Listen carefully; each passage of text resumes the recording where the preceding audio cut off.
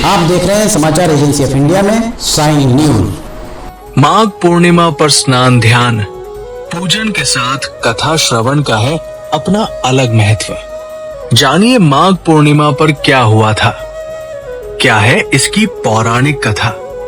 आप देख, सुन और पढ़ रहे हैं समाचार एजेंसी ऑफ इंडिया की साइन न्यूज के धर्म प्रभाग में विभिन्न जानकारियों के संबंध में। 12 फरवरी को माघ पूर्णिमा है और इस दिन महाकुंभ में नहाने का विशेष महत्व होगा। माघ पूर्णिमा को हिंदू धर्म में तपस्या की दृष्टि से विशेष रूप से महत्वपूर्ण माना जाता है। इस दिन गंगा, यमुना, नर्मदा और अन्य पवित्र नदियों में स्नान और दान पुण्य करने का विशेष महत्व होता है।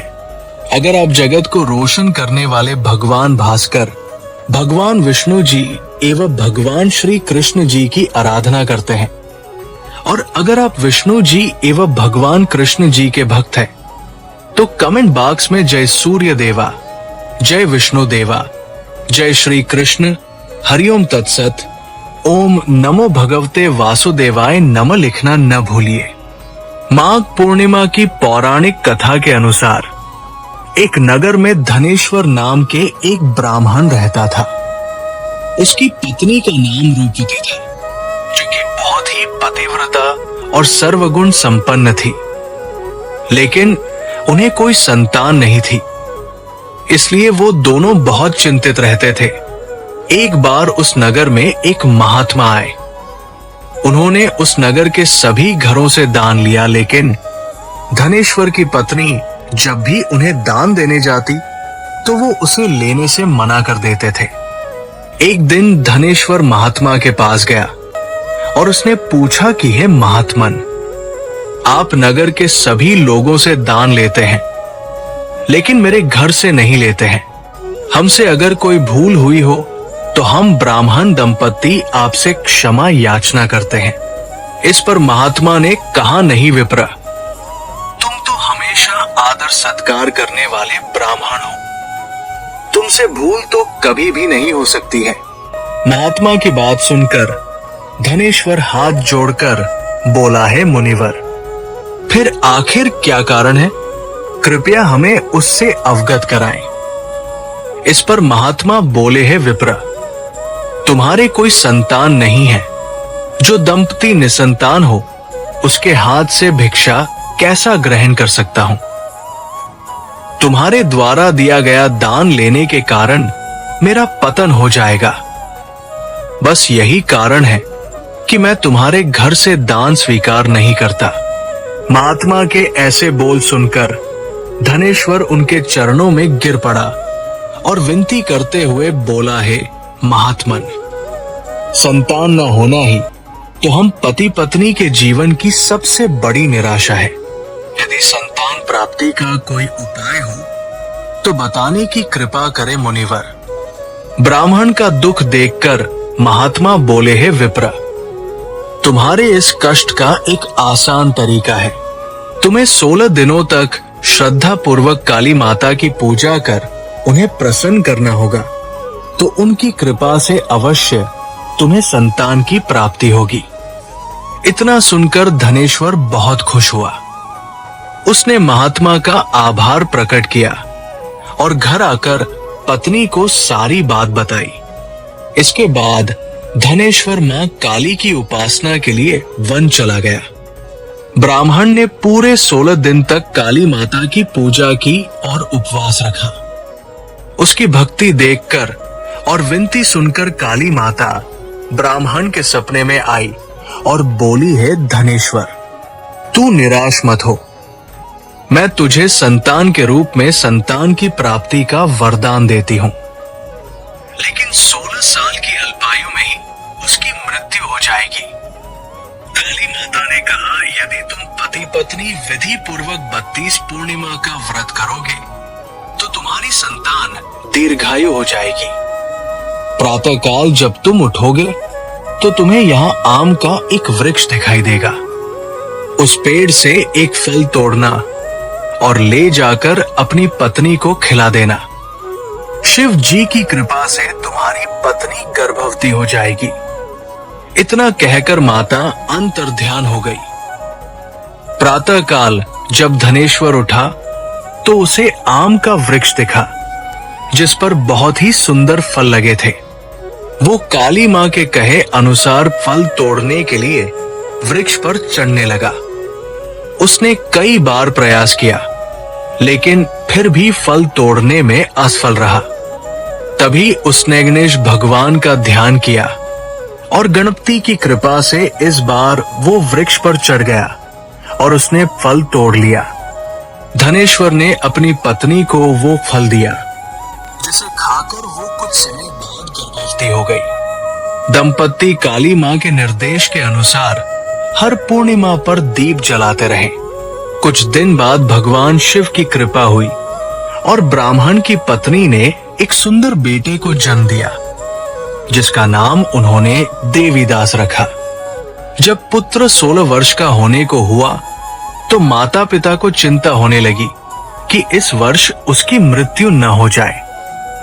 इस पर उन्होंने देवीदास के मामा को बुलाया और कहा, तुम देवीदास को विद्या अध्ययन के लिए काशी ले जाओ और 1 वर्ष बाद वापस आना।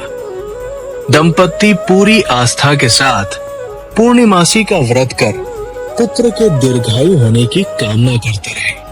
काशी प्रस्थान के दौरान मामा भांजे एक गांव से गुजर रहे थे।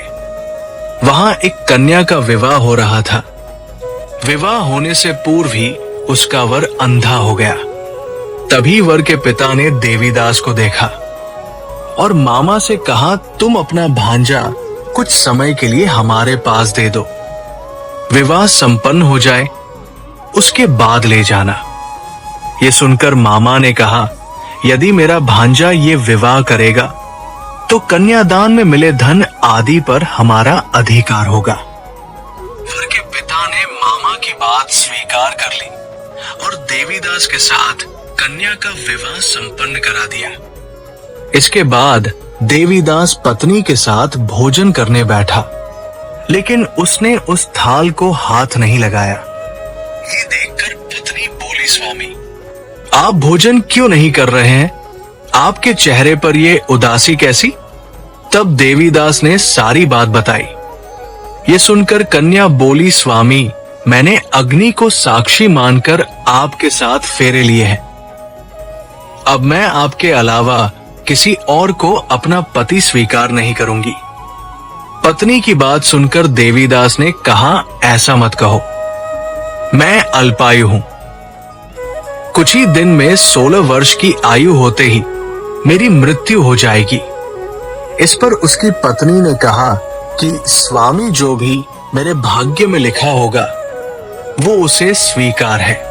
देवीदास ने उसे समझाने की बहुत कोशिश करी लेकिन जब वो नहीं मानी तो देवीदास ने उसे एक अंगूठी दी और कहा, मैं काशी जा रहा हूं लेकिन तुम मेरा हाल जानने के लिए एक पुष्प वाटिका तैयार करो। उसमें भांति भांति के पुष्प लगाओ और उन्हें जल से सींचती रहो। यदि वाटिका हरी भरी रहे, पुष्प खिले रहें, तो समझना कि मैं जीवित हूं और जब ये वाटिका सूख जाए तो मान लेना कि मेरी मृत्यु हो चुकी है। इतना कहकर देवीदास काशी चला गया। अगले दिन सुबह जब कन्या ने दूसरे वर को देखा तो बोली, ये मेरा पति नहीं है, मेरा पति काशी पढ़ने गया है। यदि इसके साथ मेरा विवाह हुआ है तो बताएं कि रात्रि में मेरे और इसके बीच क्या बातें हुई थी और इसने मुझे क्या दिया था। ये सुनकर वर बोला, मुझे कुछ नहीं पता और पिता पुत्र वहां से वापस चले गए। उधर एक दिन प्रातःकाल एक सर्प देवीदास को डसने के लिए आया लेकिन उसके माता पिता द्वारा किए जाने वाले पूर्णिमा व्रत के प्रभाव के कारण वो उसे डस नहीं पाया। इसके बाद काल स्वयं वहां आए और उसके शरीर से प्राण निकलने लगे। देवीदास बेहोश होकर गिर पड़ा। तभी वहां माता पार्वती और शिव जी आए। देवीदास को बेहोश देखकर देवी पार्वती बोली है, स्वामी देवीदास की माता ने 32 पूर्णिमा का व्रत रखा था। उसके फलस्वरूप कृपया आप इसे जीवन दान दे। माता पार्वती की बात सुनकर भगवान शिव ने देवीदास को पुनः जीवित कर दिया। इधर देवीदास की पत्नी ने देखा कि पुष्प वाटिका में एक भी पुष्प नहीं रहा। वो जान गई कि उसके पति की मृत्यु हो चुकी है और रोने लगी।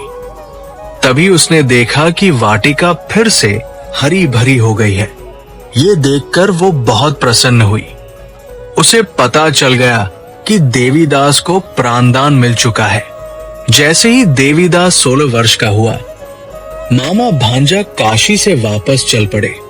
रास्ते में जब वो कन्या के घर गए तो उसने देवीदास को पहचान लिया और प्रसन्न हुई।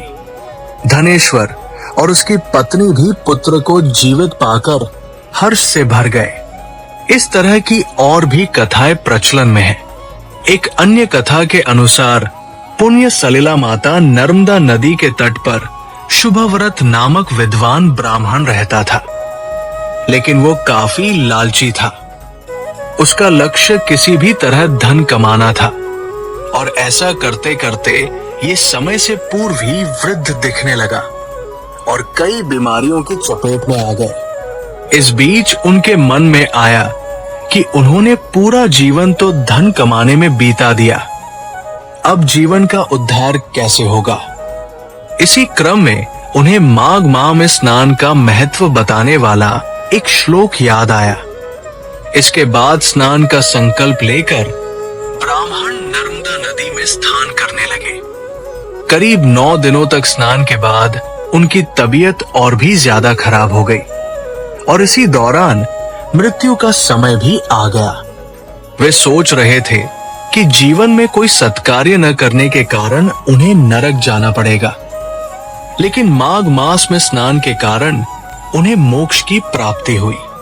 जानकारों का मानना है कि 12 फरवरी को माघ पूर्णिमा है और इस दिन महाकुंभ में नहाने का विशेष महत्व होगा।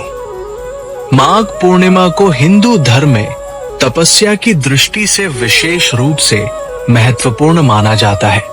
इस दिन गंगा, यमुना, नर्मदा और अन्य पवित्र नदियों में स्नान और दान पुण्य करने का विशेष महत्व होता है। तो चलिए जानते हैं इन दिन का आध्यात्मिक महत्व। स्कंद पुराण, पद्म पुराण और महाभारत में माघ मास की महिमा का उल्लेख मिलता है। शास्त्रों में कहा गया है कि माघ मास में गंगा स्नान करने से सभी पापों का नाश होता है और मोक्ष की प्राप्ति होती है।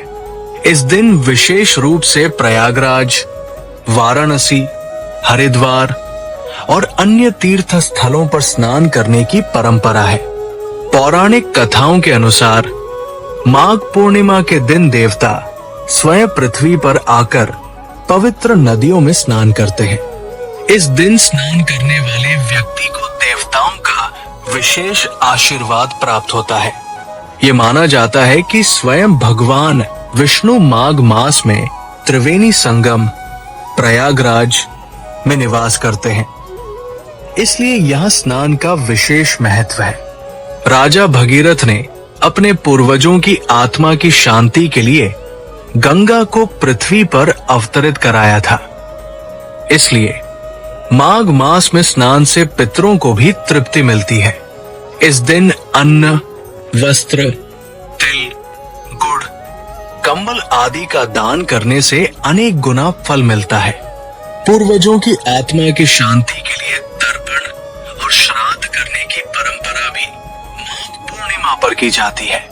प्रयागराज में संगम तट पर जो साधु संत कल्पवास में रहते हैं, वो इस दिन अपना कल्पवास समाप्त करते हैं।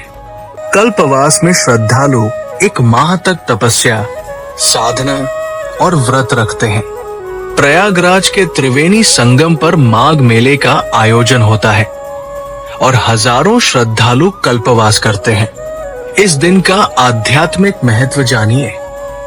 माघ पूर्णिमा पर स्नान केवल एक धार्मिक अनुष्ठान नहीं, बल्कि आत्मिक शुद्धि और मोक्ष प्राप्ति का एक दिव्य माध्यम है।